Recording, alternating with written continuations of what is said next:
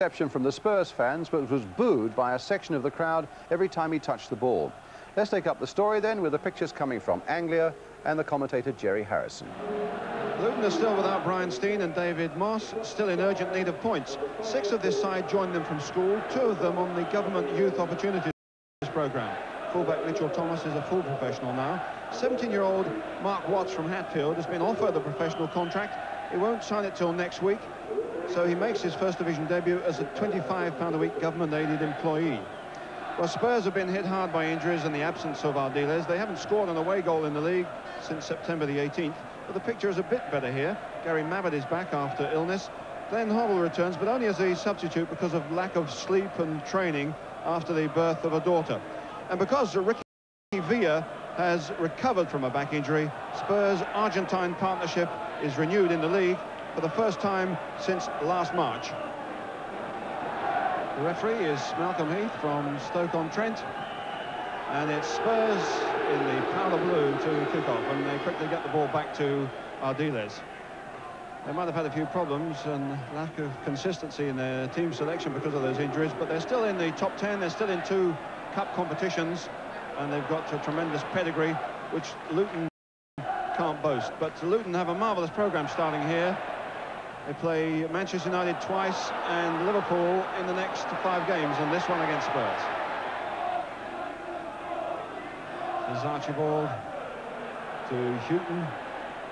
Villiers on his left. Houghton to Archibald. And away by Mitchell Thomas. With his right foot, he's playing left back here, Mitchell Thomas, but he's in fact a better right fullback. Here's Gary Mabbutt. Houghton. Ardiles. Chorus of boos, but only reasonable as Gibson shoots from some distance and wide. But hungry little fella. 2 goals in 1 league game so far. That's a tremendous record. And he's keeping Garth Crooks out of the side here. Roberts. Houghton with time and space.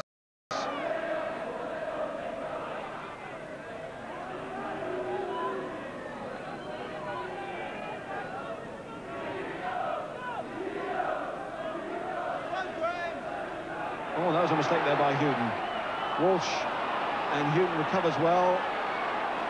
Still with it, Walsh. Nicely played. There was a foul there, but the game is allowed to go on. Brook coming back to cover. It's Mitchell Thomas. Forward from Frank Van. Mitchell Thomas in there again. Horton. And suddenly Luton sparked into life, and the referee will go over to speak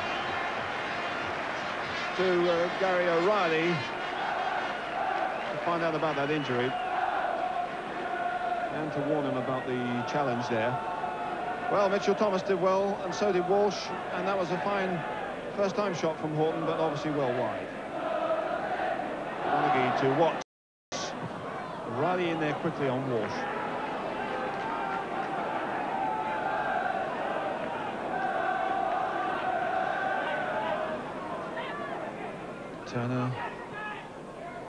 Turner again. Up comes Clements. Hill challenges. And the referee says no foul there, and it's Luton still in possession as Stevens tries to get this past Mabbutt. He doesn't succeed. Now Villiers has it. Mabbutt is breaking on the left with him. Archibald Gibson on the right. And that's a terrible ball. Certainly wasn't an international quality ball there from Ricky Villa. Well, it was pretty interesting at the other end when the England goalkeeper challenged for that cross, and Ricky Hill leapt well. It bounced away, but Frank Van couldn't get it. Walsh has got this one. Recovery there from Roberts. And Luton coming to life. Donaghy and Bunn at the back. Goodyear at the front. Goodyear. Gracious me. What sort of a birthday present is that?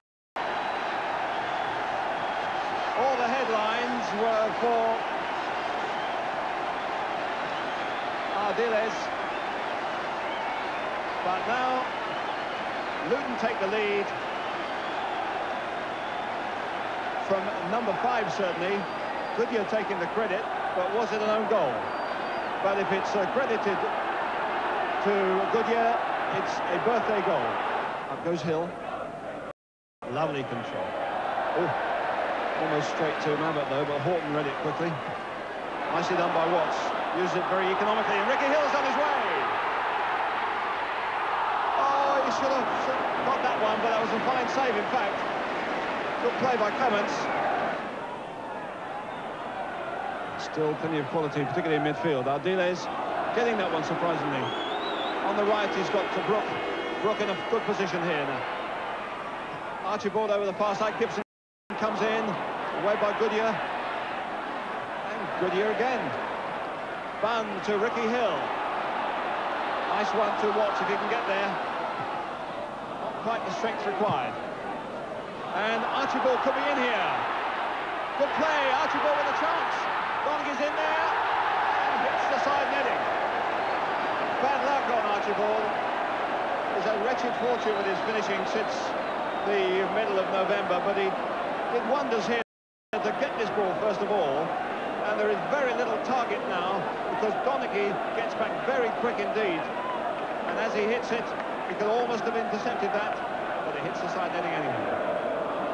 Richard Thomas coming in well there. Perryman. Ardiles.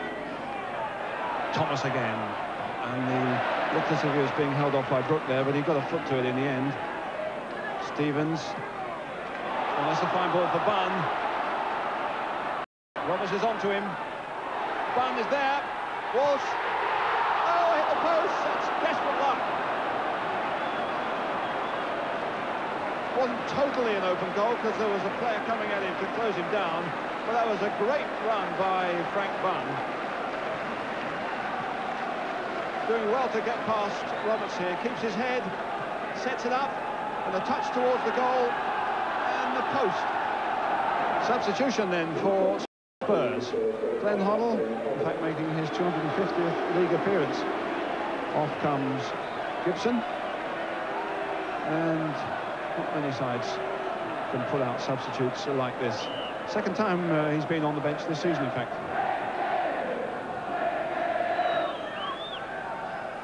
Donaghy and Mabbott, Archibald.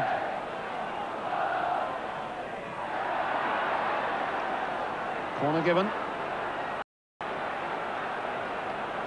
They're buzzing here, and they're pushing a lot of players up, obviously.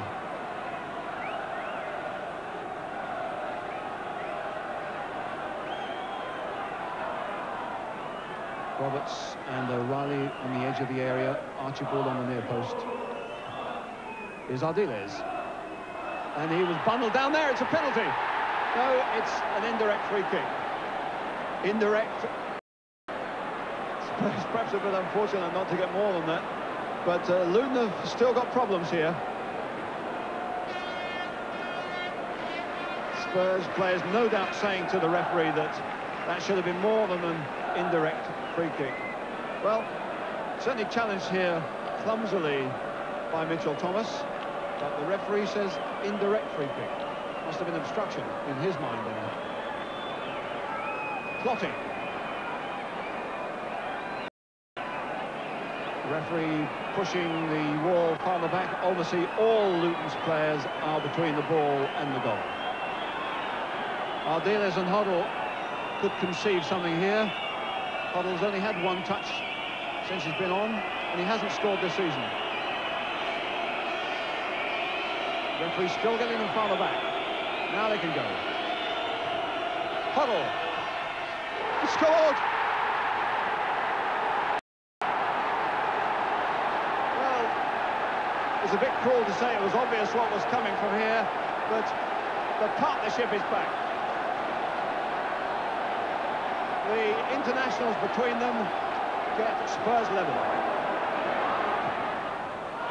And Archibald is onside. Fine ball from Brook. Archibald in with a chance of the winner. And good bit of goalkeeping by Jake Finlay. Kellogg in possession for Luton. Putting straight back to Clements.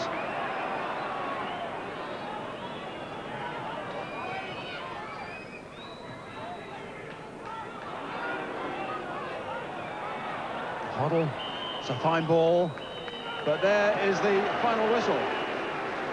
So it's 1-1, a draw regarded as points lost these days, but perhaps not in these circumstances. Luton, with a fairly young, incomplete side, gave as good as they got for most of the game, and his goal, which he's claiming, gave them a lot of inspiration, and had Walsh's shot not hit the post, they could have wrapped it up. But Hoddle, 2 minutes after he came on as substitute, with help from Ardiles, broke this miserable away run of Spurs, and they quite rightly collect a point. The goal at last, and Ardiles is back in the swim. Final score is Luton 1, Tottenham 1. Ardiles said afterwards, "It's great to be back playing for Tottenham. I enjoyed it very much, and the Spurs fans gave me a great welcome." Glenn Hoddle also talked about the pressure on Ardiles. He said that it might have been better had he made his first appearance at White Hart Lane, but that he'd handled it all very well. So Hoddle scored the goal that ended that depressing record of Tottenham's. They'd gone 8 league games away from home without scoring. But in fact, it was the goal at the other end that caused a little bit of controversy. The two managers just couldn't agree on who'd scored it. Both said that they would watch tonight for the verdict. Well, Keith Birkinshaw of Tottenham said it was an own goal by my defender, Gary O'Reilly. David Pleat of Luton said, no, it was our centre-half, Clive Goodyear. It's his 22nd birthday today. We're giving the goal to him. Well, let's have a look ourselves. Here's the corner, and look closely at the near post, and you'll see that it is, in fact, the fellow in the light blue there, the Spurs defender, Gary O'Reilly. There's the touch, and into the net it goes. Sorry to spoil Clive Goodyear's 22nd birthday. Gary O'Reilly, own goal. Well, coming up next, the goals from Birmingham City against Manchester United, and the action from Queen's Park Rangers against Newcastle, and that's after the break.